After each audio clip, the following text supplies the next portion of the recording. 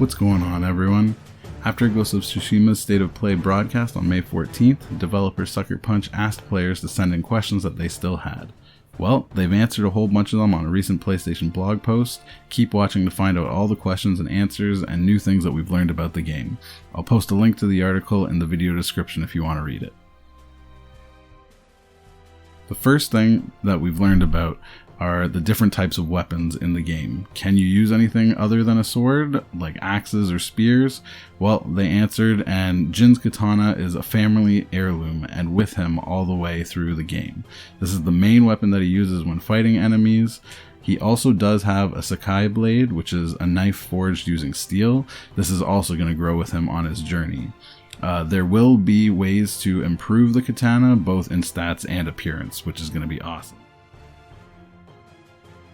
Can also use a bow for picking off enemies at a distance, or use throwable kunai and smoke bombs at close distance, as well as, I'm guessing, a few other items that they aren't talking about quite yet. A thing we learned about the bows is that there is actually two different bows, which you can see in the video as well, a half bow and a long bow. They each have different powers. The long bow packs a much heavier punch and can knock enemies back, like you'll see in the video. We also just learned that there is going to be 3 levels of difficulty: easy, medium, and hard. On hard, the game is supposed to be fair, but is very challenging. The Mongols are more aggressive, and players need to be more precise to pull off the really cool moves. Easy is more for players who want to explore the island and be tested every once in a while by a worthy opponent. But they did say that difficulty does not increase the health of enemies. This is to keep the game more realistic, and the strength and lethality of the katana. Combat is going to be focused on players' skill, not on gimmicks like more health. The game is not supposed to be easy. Combat is supposed to be lethal in both ways. Fast to kill enemies and fast to die, so more realistic. The gameplay has been shown was from one of the test leads on the game, who is a very skilled player already and has some of the abilities unlocked, so that's why some of the video footage might make it look like it's kind of easy. It's kind of part way through the game, and again, this is somebody that's already really skilled at playing. Make it look easy. Did ask how long the game is, and we all know that everybody likes to dodge this question. They say this is something that's difficult to say about an open world game. They mention it's much larger than any of their other previous games.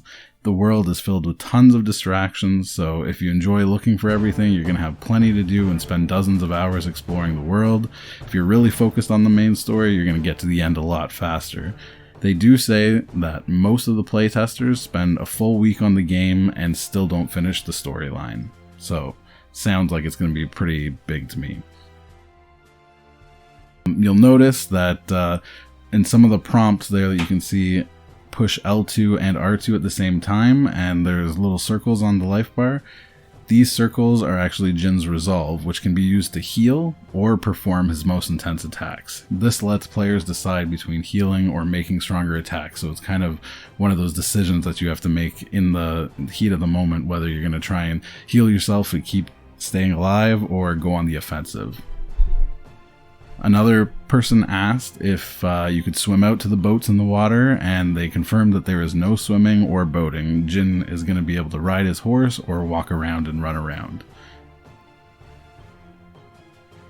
We also just learned that you cannot target specific body parts when fighting them, so you can't chop somebody's head off or anything like that, or chop them in half.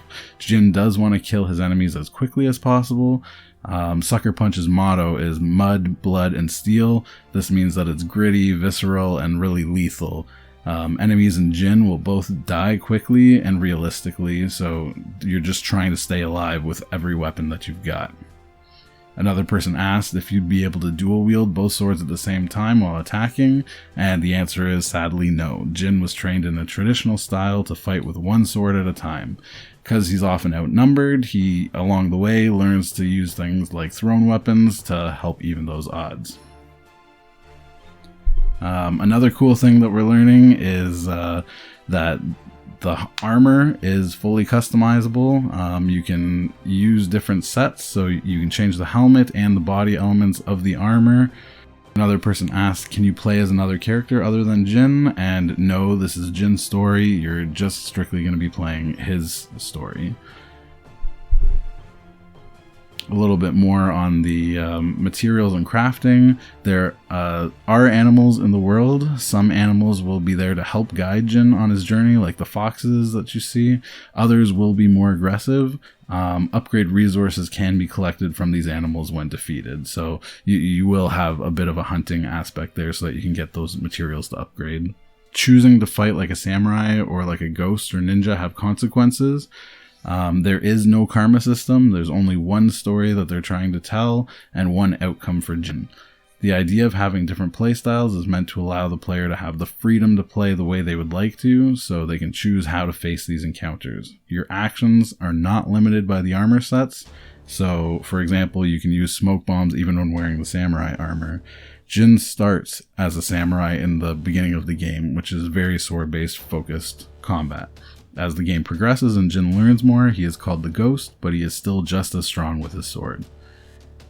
A couple questions about villages, towns, side missions, content besides the main story. We found out that there are some other characters with stories of their own. You can choose to dig into those stories, learning more about these different characters and what motivates them. They're going to offer some of the best rewards in the game, so you are going to want to take your time and do some of those side missions. There are supposed to be numerous towns, which also have vendors and opportunities for side quests. The side quests are also supposed to range from small to larger tales. They all revolve around Jin and give players a chance to learn about the island and the people that he meets. The rewards are going to vary from collectibles to resources to charms, and even some quests offer full sets of armor as a reward. Lastly, on the gameplay, there are no different endings. Jin will reach the same ending no matter how you play. Then, kind of a couple funny other questions that people were asking. One thing that you can do is you can play the flute at any time. I'm guessing personally that this is going to be a really popular feature in the photo mode and the video mode that they've announced. And some cool questions that people asked. What point did you guys come up with the wind as a guiding mechanic? So they actually said that early on they decided to incorporate the wind and sense of movement in the game as much as possible. This has both historical and film references, so they really wanted to get that in there. They developed this idea as a way to keep the players in the world rather than making them seem like a game mechanic where you're like pinging the world and seeing where your objective is. So not only can this be used to help find the next track location or objective, but it can also be used to help find hidden collectibles as well. There is going to be a dynamic weather system as well as a full day-night cycle, so you're going to get some really cool different effects in different areas of the island, both in day and night. Last question was, will we have the same horse throughout the game, or will there be different horses? And they did tell us that the horse is going to remain with you throughout the game. It is your companion, so it's going to follow you throughout the whole thing. However, at the beginning of the game or near the beginning of the game, you're given a choice of which horse you want to choose. So you can choose at the beginning which horse you're going to take with you.